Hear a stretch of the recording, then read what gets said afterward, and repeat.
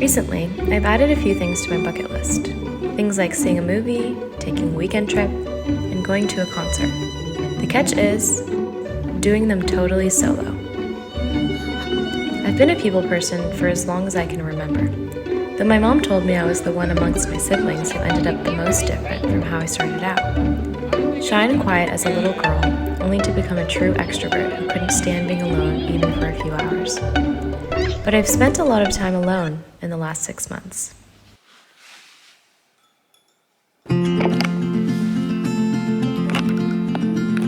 A year after graduating from college, I moved to France to try my hand at that a year in Europe thing that I've heard is so great.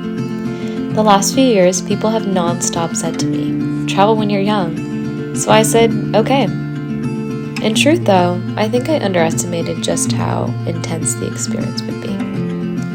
It was obvious I wouldn't know anyone else in my town except for my host family, but I don't think I actually realized what that would mean for me day to day. I didn't have little brothers close by that I could bribe into going to Target with me. No friends that have known me since middle school that I could take spontaneous weekend trips with. And, of course, no mom who was always available to rub my back and tell me everything would be okay. Obviously, we all know that FaceTime exists, but it's not the same as having someone actually walking through the grocery store with you. All the regular life things that needed to get done, a trip to the pharmacy, orienting myself to the area, meeting new people, and building a community, continued needing to be done, even though I didn't have anyone to do them with. This was jarring to me, to say the least. And though I've made friends by now and don't feel as strained as I did at the beginning, I think, in a strange way, doing the necessary, mundane things by myself has created this desire to do the not-so-necessary, fun things by myself too.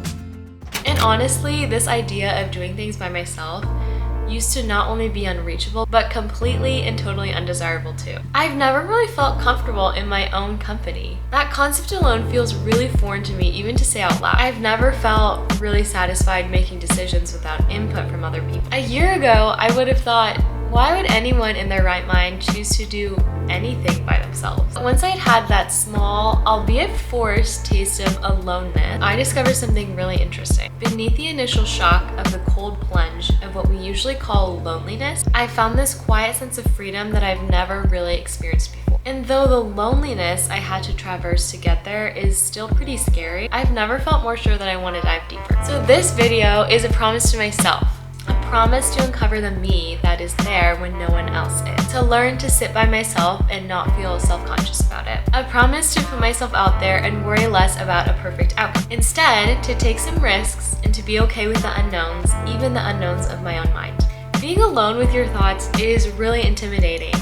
And being alone with your thoughts in a public place where everyone else seems to have family or a friend or a partner is even more intimidating. But I really want to get to a place where I can choose to spend time with myself, enjoy it, and look back and be glad that I did. So if you're watching this and feeling the same way, maybe you just moved to a new city, or maybe you're in the same city you've always been in, but things have changed and you're feeling that aloneness now, welcome. Right now, this is a space where I'm going to explore that concept of doing things by yourself. And maybe it'll evolve into something else, and maybe not. But for now, I hope this video helped you feel a little bit less alone. Let's explore being alone together.